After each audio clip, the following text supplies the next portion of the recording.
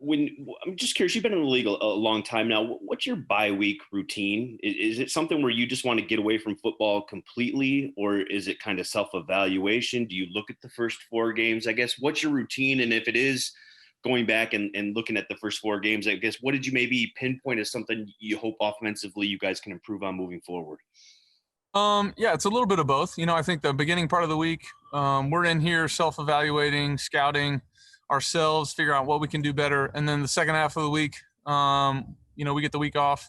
At least a couple of those days, I'm just trying to hang with my family, get away from the game. I think Sunday or Monday, I peeked at some old film and then watched the games just like everybody else and tried to, get a leg up on some of our opponents. But as far as things we can do better, I think a little bit of everything. You look at it. Obviously, we can be a little bit better in the red zone. I think we can be more efficient, more explosive, all of it. I think we've done a nice job in the run game. That can always be better. I think we just look at everything and find ways to make our team and ourselves better. Thanks, Matt. O'Hara. Yeah, Matthew, thanks a lot for doing this. When you really look back, you guys have really kind of gotten out of the gate early, and I say 3 of your games and scored. What's different about that, if anything, that you really sort of played with tempo a little bit more and been pretty efficient, coming out of the gate?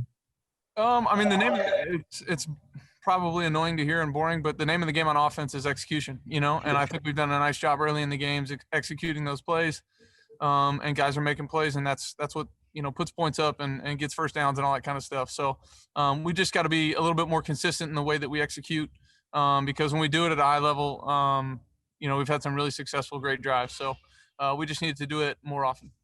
All right, thank you. Mm-hmm. Mike Rothstein. Hey, Matthew, how you doing? I have a couple for you. First, Daryl Bevel was talking a little bit about your footwork maybe not being completely right so far this season. What have you noticed in either your footwork or other areas that's maybe led to some of your struggles in the first quarter?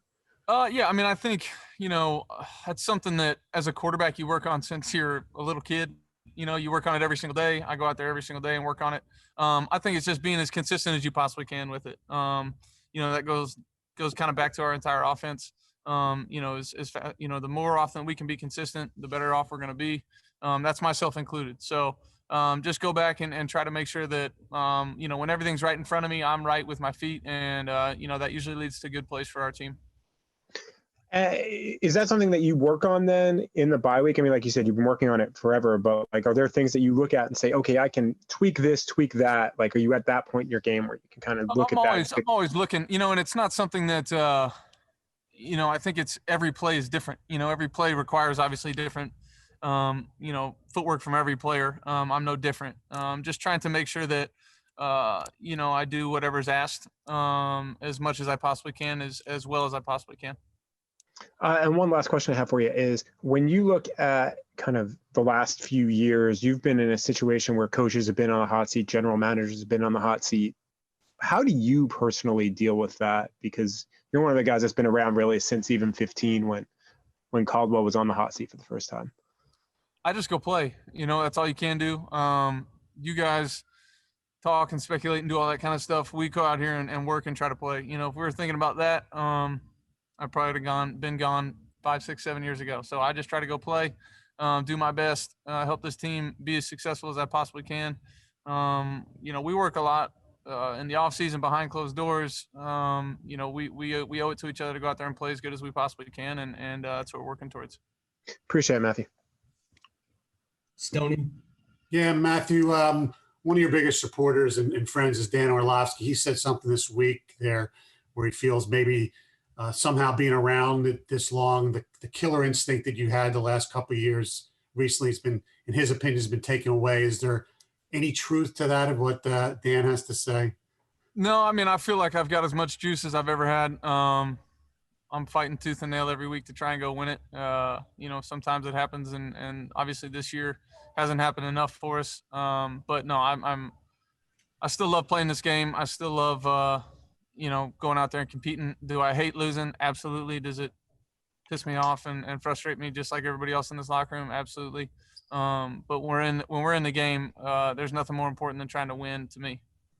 And then finally, quarterbacks are kind of like a club, no matter who you play with. Just curious, your thoughts on Dak and if you reached out to him at all, or what happened? It was horrible. I felt so bad for him.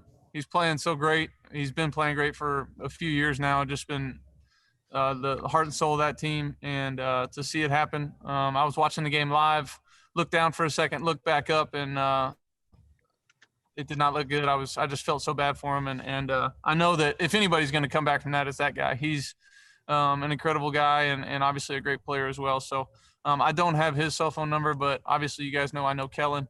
So I texted Kellen and was like, hey, make sure you pass on, my best wishes to Dak and all that. So I just felt terrible for him. I know Andy will come in and do a great job for him, but Dak's a special player, and for that to happen is not good.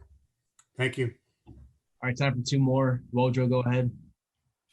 Yeah, Matthew, you've been in this situation before here over the years in Detroit, where scrambling after a rough start to try to get back in contention.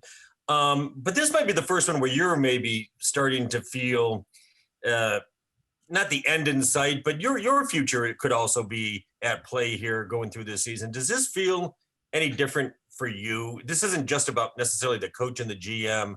I wonder if it's about you as well. Do you feel that at all? No, I'll just go out there and play. I don't really worry too much about that stuff. Even when it's off season or whatever it is, I just go out there and try to prepare to play as good as I possibly can, week in and week out. I understand the game and the life of NFL football just as much as anybody else, but I don't think about it too much, to be honest. Just a quick follow-up. The games that are coming up, I know any game can be won in the NFL and any game can be lost, but there does seem like there's some opportunities in the schedule there. Does that keep you, and not that you wouldn't be motivated, but does that keep you overly interested because this could turn around with the next few weeks? I don't need any certain team on the schedule to be overly interested, to be honest with you. This is my job, my passion, what I've worked my entire life for. So every time there's somebody else on the paper across from us on a Sunday and I get to go out and suit them up and play, I'm excited. I'm motivated. I don't care who it is. I want to go try and win. I understand the question, but for us as competitors, we don't care who it is. We just want to go play and win. Probably not the best choice of words on my part. It's all good. No worries. All right, Tim, last question. Hey, Matthew, on a little bit of a lighter note, you've thrown a lot of touchdown passes in this league, played a lot of opponents. I'm curious if you knew at all that Jacksonville's the only team you haven't thrown a touchdown pass against? You're 2-0 against Jacksonville, but I'm pretty sure they're the only team in the NFL you haven't thrown a touchdown pass against. Does that give you now any extra motivation to go out there and sling one so that you can say you've done it against all 31 teams in the league? Yeah, that needs to happen for sure. Golly, Calvin had 100 the one week he couldn't practice and he could only turn right. That was when we played at their place. He had a bad knee and he could only turn right. And then the other game was at home. I think we had 21 rushes for 14 yards or something like that. Bortles kind of turned it over a couple times on us. But, I need to make that happen. Sorry for going back into the archives there. But, it'd be great. I'd love to have that on the tombstone one day or something.